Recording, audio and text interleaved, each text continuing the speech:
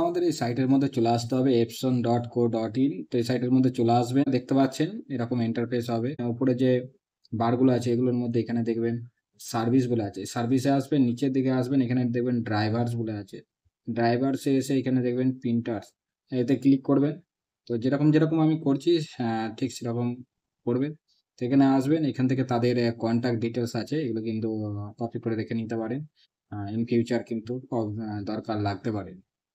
তো এখান থেকে আমাদের বিভিন্ন ধরনের এখানে প্রোডাক্ট আছে। তো এখান থেকে আমরা কি করবো না, প্রোডাক্টটাকে সার্চ করে নেবো। তো এখান থেকে আমাদের যে প্রিন্টারের মডেল সেটা কিন্তু আমরা এখান থেকে সার্চ করে নেবো। তো এখান থেকে দেখতে পাচ্ছেন এসে গেছে।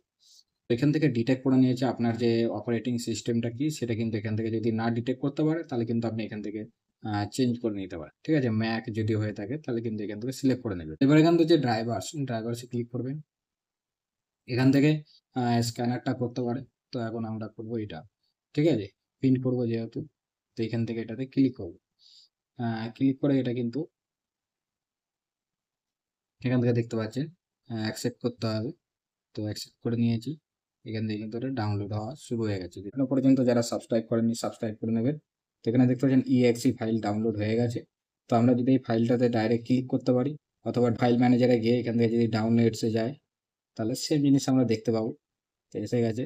তো এটাতে আমাদের শুধু কি করতে হবে, রাইট ক্লিক করতে হবে। রাইট ক্লিক করে এখান থেকে আমাদের রান অ্যাজ এ অ্যাডমিনিস্ট্রেটর করতে হবে।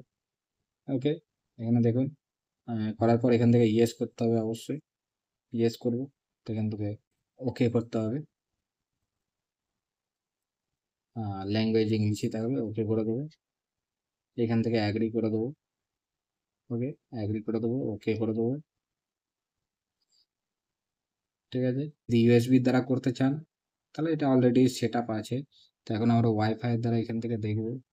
তো আপনার প্রিন্টারটা অবশ্যই কিন্তু অন করে রেখে নেবেন, ওকে করবেন। এখান থেকে দেখতে পাচ্ছেন কিভাবে কানেক্ট হবে সেটা দেখাচ্ছে। এখানে প্রিন্টার কিন্তু ল্যান কানেক্ট হচ্ছে। ওয়াইফাইটা কিন্তু আপনার প্রিন্টারের সঙ্গে অবশ্যই কানেক্ট করে নেবেন। তো আমরা কিন্তু আমাদের মোবাইলের সাথে কানেক্ট করে নিয়েছি, মোবাইলে যে ওয়াইফাই আছে তার সাথে। তো আপনার যদি আলাদাভাবে কোনো ওয়াইফাই থাকে সেটার সঙ্গে আপনি কিন্তু প্রিন্টারটা আগে কানেক্ট করে নেবেন। কানেক্ট হয়ে যাওয়ার পর এখানে ম্যানুয়ালি ক্লিক করব। ম্যানুয়ালি ক্লিক করার পর এখান থেকে দেখতে পাই পার্ট 1 করেছি আমরা, এখান থেকে LPT1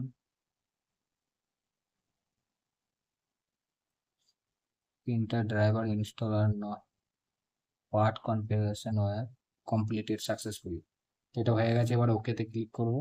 এটাকে আমরা এখন প্রিন্ট করে দেখব কানেক্ট হয়েছে কিনা। তো এতে ক্লিক করব, ক্লিক করার পর এখানে যাই হোক এসে গেছে, এখানে আমাদের প্রিন্টটা শো করছে। এখানে প্রিন্টে ক্লিক করলে প্রিন্ট হওয়া কিন্তু শুরু হয়ে গেছে। তো দেখতে পাচ্ছ যে প্রিন্ট আমরা দিয়েছিলাম সেটা কিন্তু এখানে বেরিয়ে এসেছে।